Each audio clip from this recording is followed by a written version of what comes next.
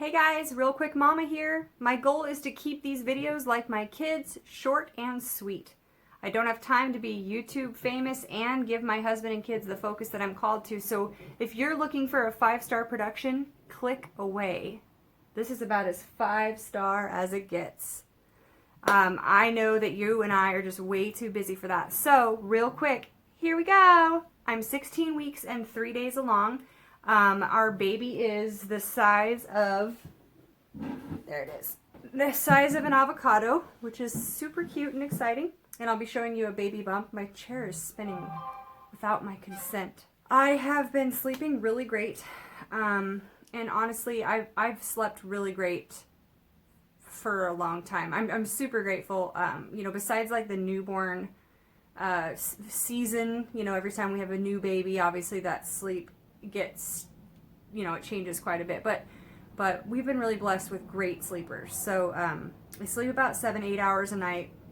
I've been having crazy dreams, but very consistently like the same topic crazy dream, and maybe I'll get into it in another video, but as you can tell, I am pretty tired right now, so this is going to be not the video where I talk about that.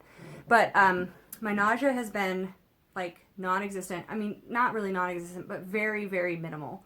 I have been having like some bloating and like pain, but a different kind of, like more like a gas pregnancy pain, which leads me to my next point.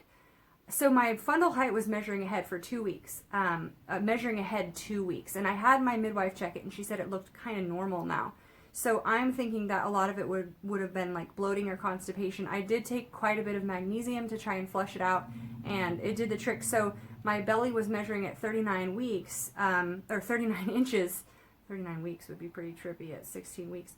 39 inches, which really was just sort of like a marking point for me so I could just see what was happening every week. And that was, you know, a couple, like maybe 2 weeks ago.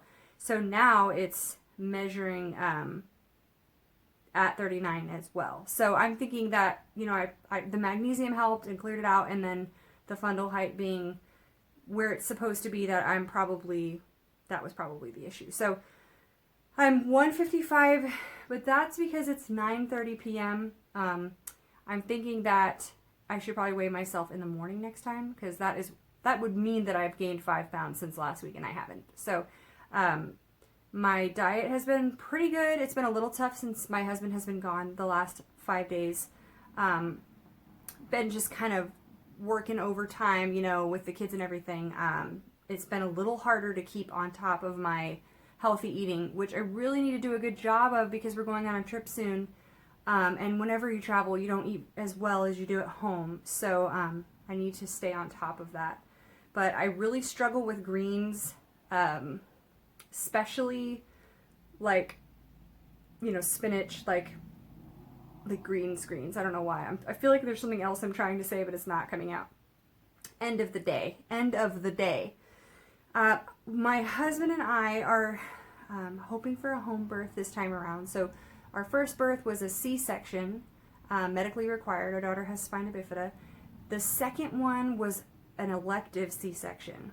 And then really just for our own convenience. At the time, we weren't really thinking about the future.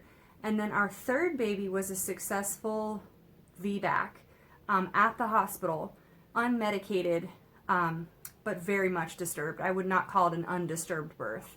I wouldn't even really call it a natural birth, now that I can see from this class that we're going to called Birth Like a Warrior, what an undisturbed birth really looks like. So I'm loving our midwife, I'm loving this journey, and I'm excited to have our 4th child possibly be an undisturbed birth at home, without all the poking and prodding and questions and interruptions and cold setting, bright lights, and really just the pressure from the hospital staff, and even birthing centers to really kind of fit their standard and check their boxes.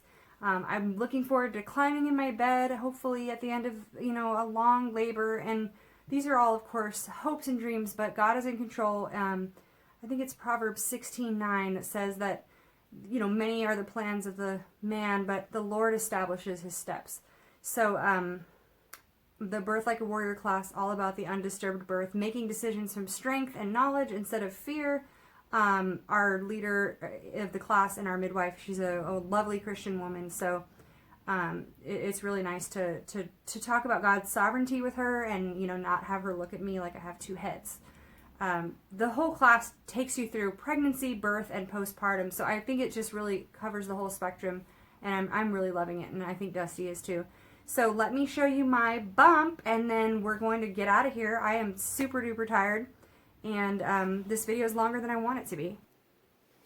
Hey. When I was, my first pregnancy, I was like, this was like 30 weeks.